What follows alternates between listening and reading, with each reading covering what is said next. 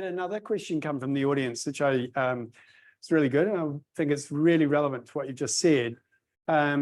We've already had discussion about chatbots today. We've seen, and people are really conscious of it and looking at it.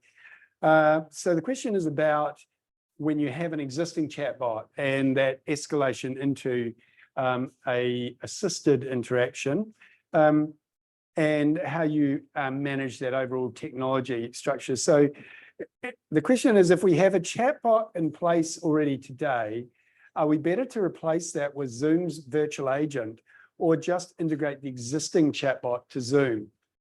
How would you go about that? And Lukas, maybe you want to kick off. Everyone's looking at me, so I think I will. So there's obviously, it differs between customer to customer.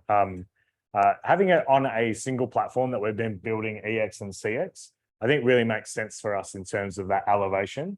So being able to elevate out of a chatbot, or offering a bot first, and then injecting a human, and then elevating up into video or voice if needed. So that omni-channel elevation, I think, is really important. And we offer that because it's part of our solution, and there's no seams. We're seamless, but we talk about no seams at all.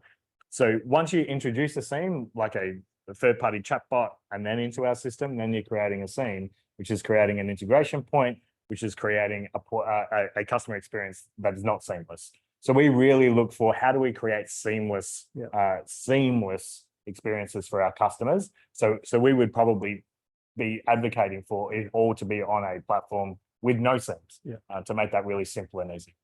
Great.